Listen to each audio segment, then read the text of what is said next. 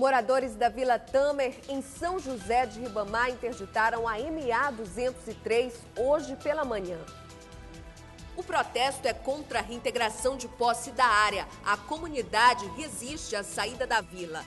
4 pessoas morreram em acidente na BR-316 entre Caxias e Timon no começo desta quarta-feira. E ainda, mais de 40 casarões históricos do centro da cidade devem ser restaurados. Estas e outras notícias agora no Guará News.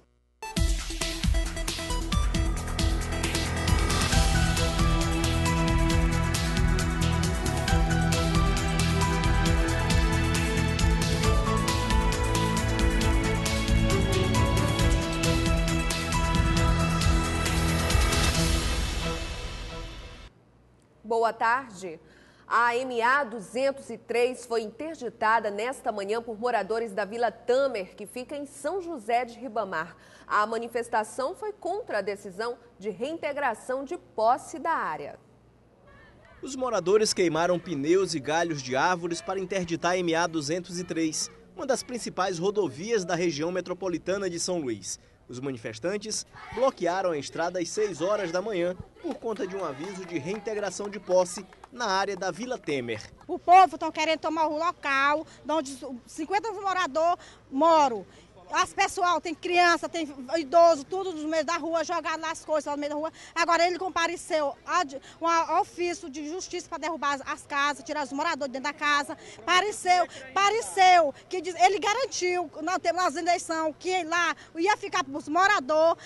O que foi que ele fez? Ele virou as costas, o prefeito Gil Cutrim. 40 famílias moram numa área de 9.000 metros quadrados há 2 anos. Segundo os moradores, a área foi promessa de campanha do prefeito de São José de Ribamar, Gil Cutrim. Totalmente, porque ninguém tem moradia.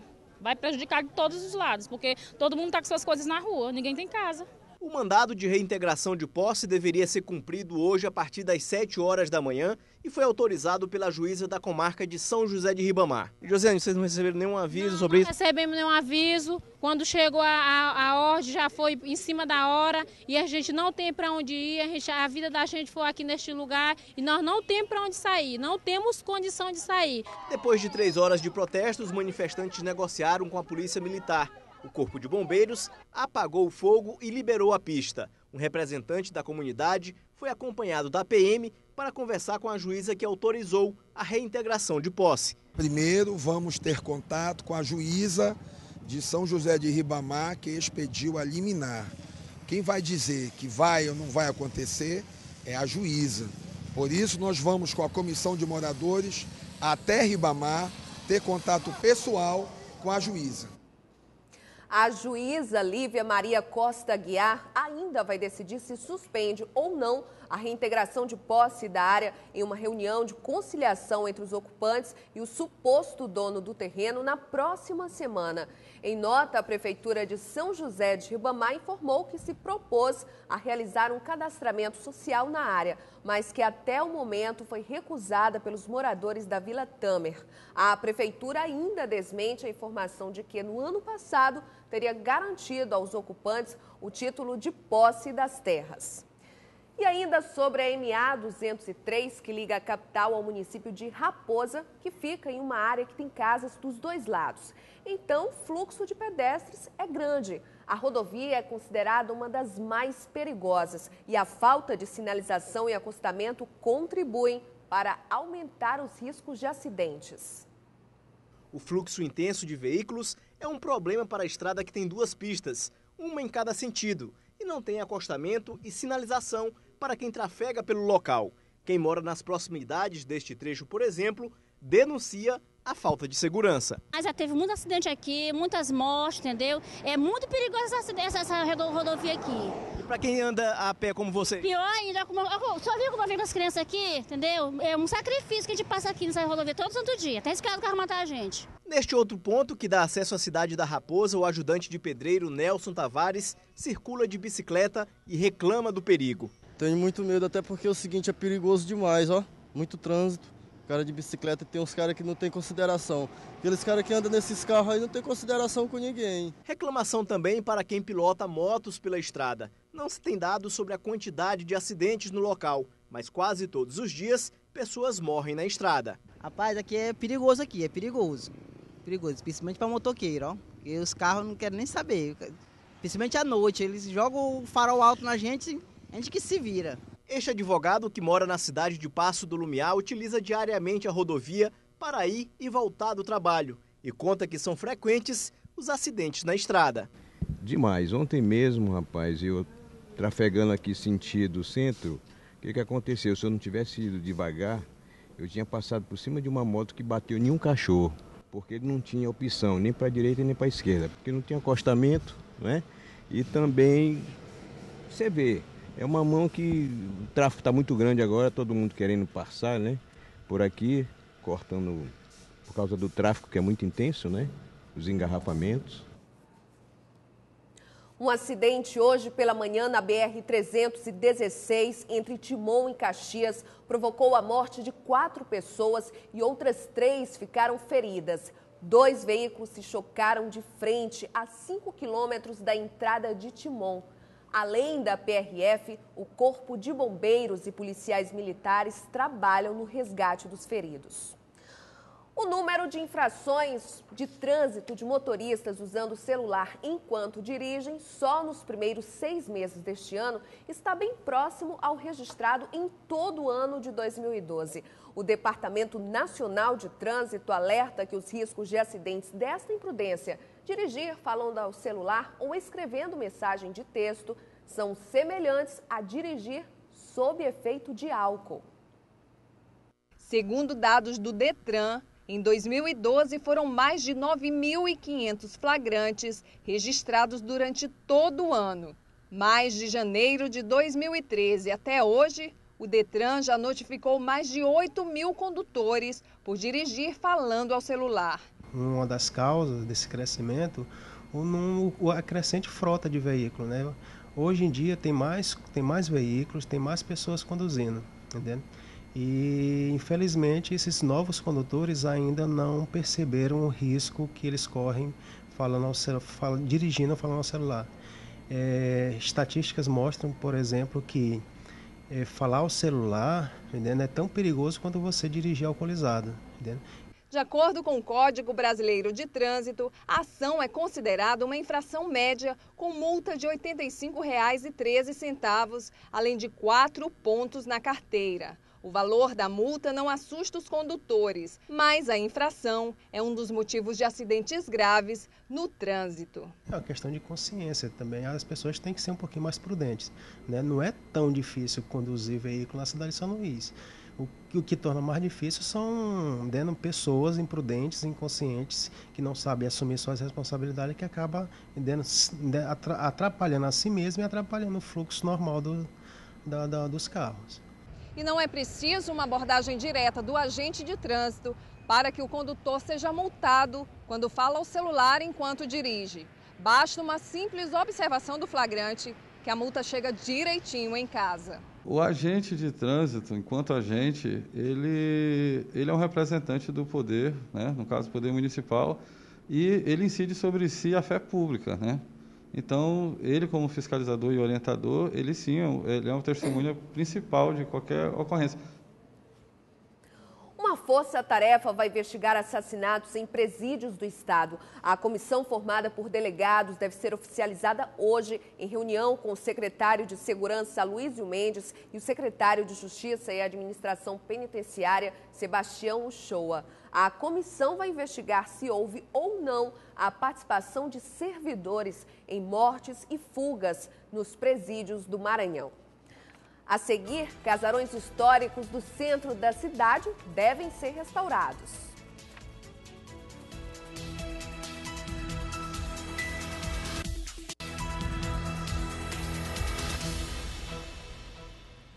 A sessão de hoje na Câmara Municipal começou com tumulto e atraso. Hoje pela manhã estava marcada uma sessão com os manifestantes que começaram a ocupação da Câmara no dia 23 de junho. No início da reunião, muitas pessoas não conseguiram entrar. O espaço reduzido não acomodava todos os manifestantes, mas uma hora depois, o presidente da Câmara, Isaías Pereirinha, fez um acordo e definiu a entrada de 32 manifestantes. A reportagem sobre a primeira reunião entre os vereadores e os manifestantes você confere às 7 da noite no Maranhão Acontece.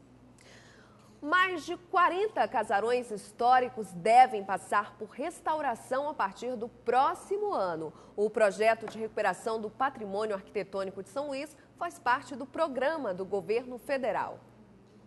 Ao todo, 49 casarões históricos devem ser restaurados pelo projeto PAC do Turismo na área de tombamento de 2.500 imóveis no centro da capital maranhense. Os trabalhos, coordenados pelo Instituto do Patrimônio Histórico Nacional, IFAM, devem começar no ano que vem. O Pacto das Cidades Históricas é um programa do governo federal, através do Ministério da Cultura, coordenado pelo IFAM e junto, um processo paralelo com o governo do estado e o governo municipal. Sem a união, a junção desses três entes, das três esferas do governo, seria impossível colocar à frente um projeto tão grande, tão audacioso como esse. Entre os prédios que devem ser restaurados está o da Refesa, na Avenida Beira-Mar, o da antiga fábrica de tecido São Luís, na Madre Deus, onde deve funcionar a nova sede da Câmara de Vereadores e o Mercado Central. Além da construção de uma praça neste terreno, em frente ao Convento das Mercês, e a reforma de praças e ruas da cidade. E também vamos ter vários prédios, como o CIOG, por exemplo, que vai ter uma utilidade de utilização com uma faculdade e com um museu de arqueologia. Então a gente está prestes a ver um centro totalmente renovado, reestruturado e, sobretudo, revigorado, o que é muito bom para a cidade e, como eu disse, também para o turismo. O investimento está avaliado em 159 milhões de reais. O repasse da verba já está na fase final e deve ser assinado no próximo dia 19 pela presidenta Dilma Rousseff. Bom, a expectativa é muito grande por parte de todos que estão envolvidos e todos que estão discutindo o mesmo. Haja vista que vai ser uma das maiores intervenções dentro da área do centro histórico. Isso traz um benefício direto para a população, traz um benefício direto para a cidade e, sobretudo, serve de atrativo turístico. Então, a gente espera, com essa grande intervenção, que a cidade ganhe em todos os aspectos, também no aspecto econômico, com a entrada de novas divisas e geração de novos empregos. As obras de ampliação do aeroporto de São Luís começam já na próxima semana. As novas instalações do aeroporto, que irão ampliar também a capacidade para receber passageiros, devem ficar prontas em menos de um ano. O objetivo é ampliar o saguão, terminal de embarque e desembarque de passageiros. A ordem de serviço foi dada no dia 6 de maio. Durante esses 3 meses, foi feita a etapa de detalhamento técnico do projeto. As obras começam de fato na próxima semana e devem ser concluídas em julho de 2014. A área do terminal vai passar de 6,2 mil metros quadrados para 11,1 mil metros quadrados. O investimento é de 14 milhões e 700 mil reais. A capacidade do terminal vai ser ampliada de 1 milhão e 600 mil passageiros para 5 milhões de usuários ao ano. Esta obra não tem relação com a que iniciou em 2011, de recuperação da estrutura, que teve bastante atraso e uma série de problemas. Quem trabalha no local espera que nessas novas obras os prazos sejam cumpridos. Eu creio que vai demorar um pouco, que não seja algo assim que vai ser imediato. Eu acho que vai ser interessante, porque falta muita coisa aqui. Agora que vai abrir uma farmácia, não tem uma livraria, não tem uma banca de revista, não tem nada. Basicamente é só os pontos, como que eu trabalho e uns outros, e não tem muito o que se fazer aqui. Falar em cemitérios pode despertar diversos sentimentos: medo, tristeza, saudade. O repórter Jairo Martins vai mostrar agora como é o trabalho dos profissionais que dedicam anos para a manutenção dos cemitérios. O local recebe muitas visitas, gente viva e que usa a área algumas vezes para práticas, no mínimo, estranhas. Trabalhar em cemitérios, ter contato com túmulos e cadáveres é um assunto que sempre divide opiniões. Medo nenhum. O melhor que tem que confiar em Deus. Nem durante o dia eu entro pra gente trabalhar num negócio desse. Não vou de enterro de amigos. Dona Maria Helena é administradora dos cemitérios públicos de São Luís. Em 10 anos de trabalho, ela conta que nunca viu nenhuma assombração. E das vezes que foi vítima de algo, foi de pessoas bem vivas. Histórias de mortos que tenham aparecido, não, isso é mito. O que acontece são muitas histórias que a gente chega a ser hilário, né? Pessoas que ligam para mim e dizem, olha, eu estou sepultado, eu estou aqui na 16ª sessão, mande rápido o coveiro me desenterrar, porque eu estou ficando sufocado. Ah, e o senhor está falando comigo como? Me enterraram junto com o meu celular. Então, assim, é um negócio que não deixa de ser hilário e uma pessoa brincar com esse tipo de coisa. Construído em 1855, o cemitério do Gavião possui uma área de 54 mil metros quadrados e 17 mil sepulturas, onde estão enterradas muitas histórias cercadas por mistérios. O cemitério do Gavião guarda histórias inusitadas como a desta sepultura, onde na década de 40 uma jovem de 19 anos foi enterrada após se suicidar com o uso de veneno. Filha única, os seus pais morreram sem saber o motivo do seu suicídio. Até mesmo o padre que a confessou não revelou o seu último segredo. Diante da dor, os seus pais construíram essa estátua em sua imagem e semelhança.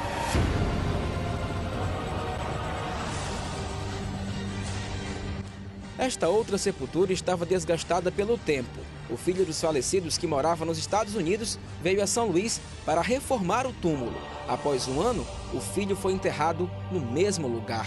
Coincidência ou não, o cemitério também revela histórias tristes, como conta o senhor Edivaldo, coveiro há 7 anos.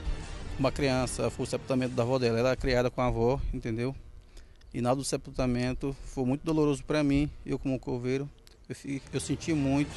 Cenário de histórias tristes, o cemitério também é frequentado por pessoas que praticam magia negra. Há 3 anos atrás eu estava fazendo a vistoria da capina para finados e encontrei sobre uma sepultura um caixãozinho roxo, muito bem feito, com 2 bonecos dentro, todo perfurado de alfinete e um papelzinho dizendo que aquela pessoa, os 2 nomes, não iam ficar juntos, que um ia não sei para onde, para o inferno, o outro ia não sei para onde, e que a pessoa que ia ficar com ele era fulana de tal. E assim, eu achei isso, né, também hilário. Reduto de muitas histórias e mistérios, a morte é a nossa única certeza.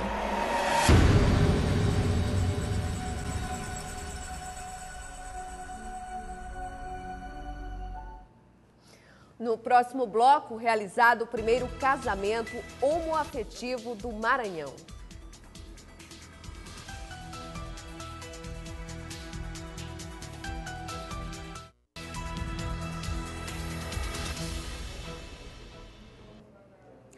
Foi realizado o primeiro casamento entre pessoas do mesmo sexo no Maranhão, quase 3 meses depois da aprovação da resolução do Conselho Nacional de Justiça, que obriga cartórios de todo o país a realizarem a união homoafetiva. O novo casal só concretizou um casamento que já existia. Receber o sobrenome, garantir direitos como o de um casal heterossexual, representa para os dois igualdade.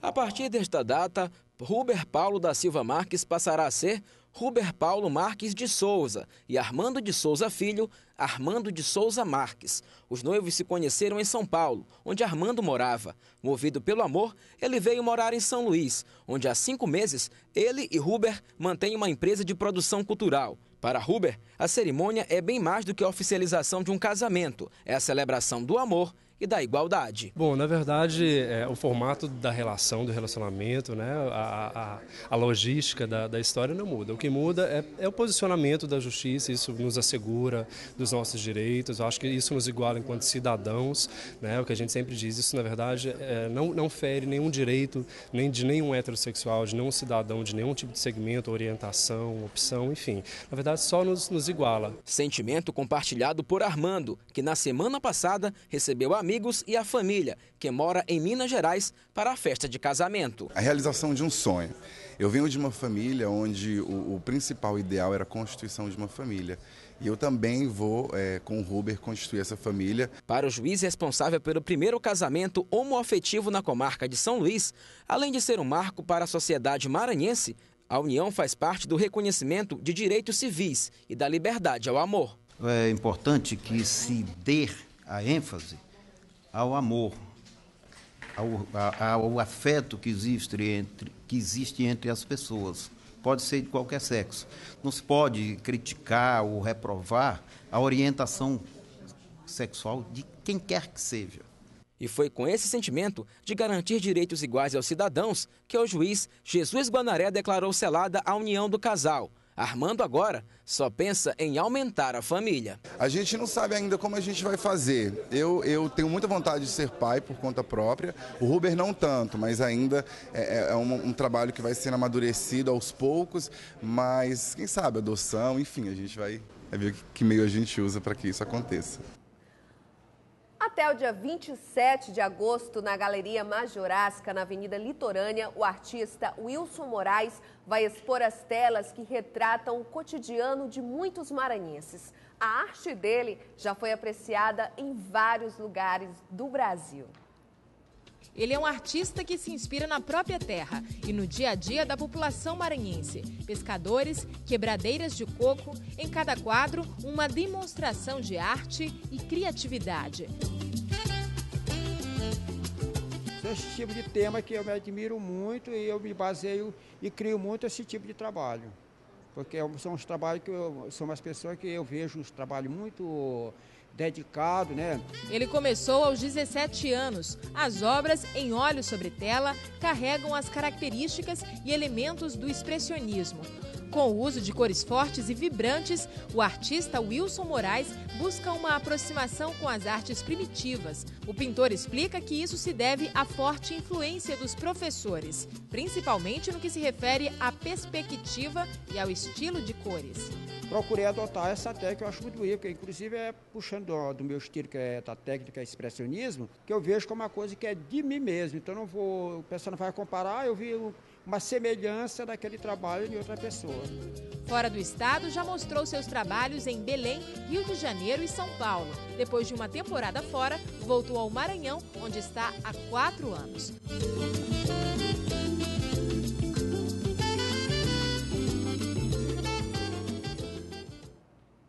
Você pode assistir ao Guará News de hoje, assim como toda a programação do Canal 23 no site tvguará.com.